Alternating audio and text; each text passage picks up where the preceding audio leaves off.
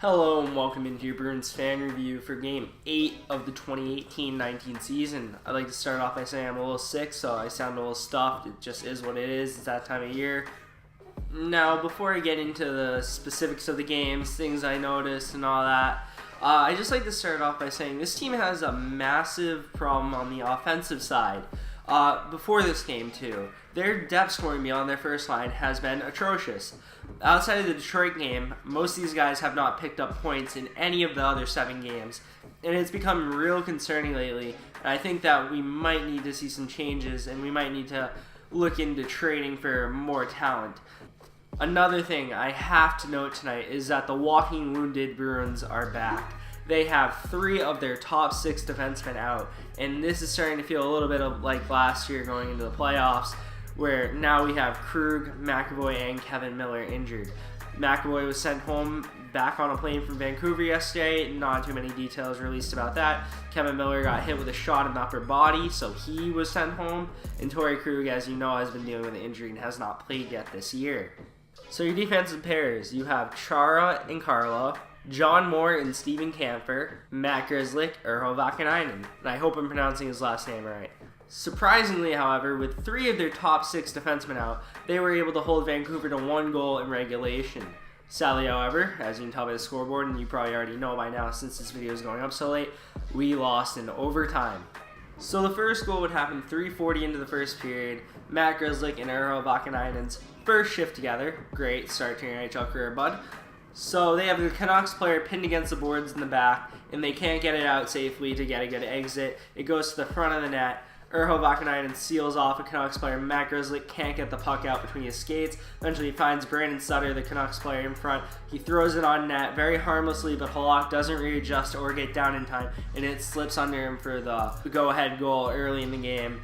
Canucks go up 1-0. Now, a little sloppy by Urho and Matt Grzelcyk in this play, but Halak should also be held to blame on this one. Not really good goaltending here, but besides this, Halak was perfect for basically the whole night.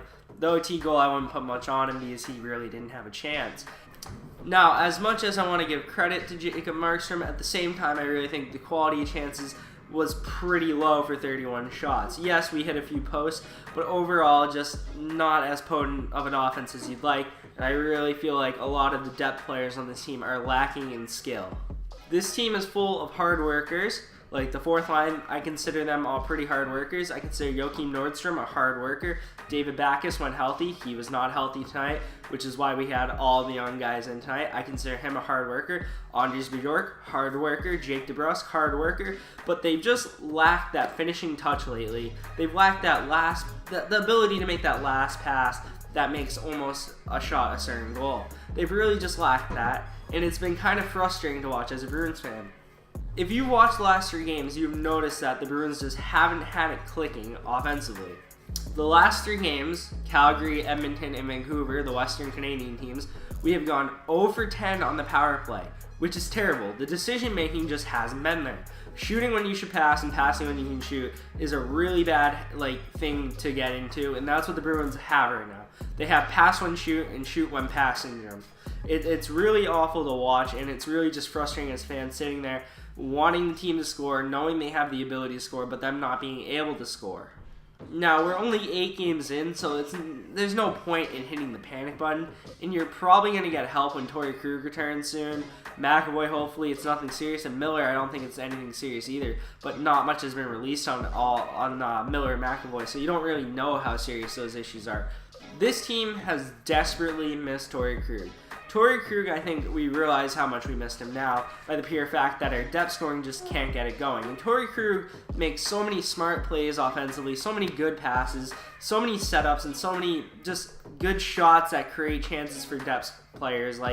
I'm pretty sure if Torrey Krug was in the lineup, we would have way less issues with our depth scoring because I'm sure he'd create some goals for them to score. He would jump in on the rush, score some goals. I just think Torrey Krug has been very missed lately, and I think you in the comments, if you watch the games, you understand just that element Torrey Krug brings to his team and how much we desperately missed him lately. The Bruins would, however, benefit from depth scoring tonight.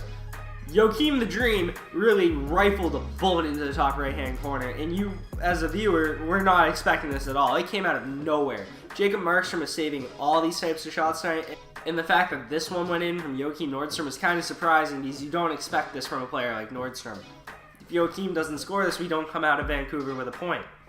And with that, Joachim Nordstrom ties his goal total from last year. Joachim Nordstrom had 2 goals in 75 games. He already has 2 in 7 for the Bruins. I'd say that's pretty good production for someone who's supposed to be just a 4th liner for us this year. The Bruins, however, would not be able to score another goal in the 3rd period, and we would be sent to 3-on-3 overtime for the 2nd game in a row.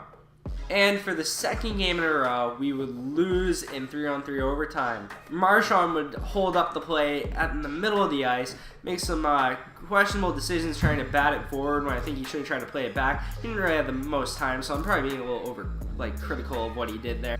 So then Bo Horvat and Brock Besser have a 2-on-1 against Brandon Carlo. Bo Horvat has the puck down low. Brandon Carlo goes at him. Bo Horvat passes to the middle to Brock Besser. Brandon Carlo sells out and dives at Brock Besser. Brock Besser somehow puts it under Brandon Carlo to Bo Horvat. Bo Horvat goes in, does a little deke, and backhands a bar in on Yaroslav Halak. Nothing Halak could do. Good overtime goal. You could say the Bruins made some bad decisions that led to this goal, but overall 3-on-3, it's going to happen. You're going to make bad decisions trying to create the other way. And that's kind of the beauty and the ugliness of 3-on-3 is that you get goals quickly and you get a result, but you really don't get quality hockey in my opinion. So the Bruins have now lost 3 straight after they had won 4 straight. You start off the season getting your ass kicked 7-0 on the Capitals, then you come out and you win 4 straight after that. You go out on the road and now you lose 3 straight. And 2 of them are in overtime, so it's like you're going 1-2 essentially, because you get the 2 points, which is better than nothing. The Bruins so far this year have 1 win on the road, and it was in their 2nd game against Buffalo.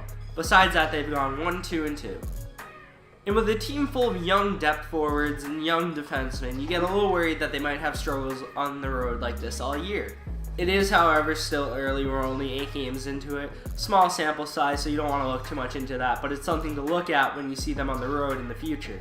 To summarize and complete, the Bruins just haven't been good enough on this road trip. They've been very lackluster. Their offense has been crap.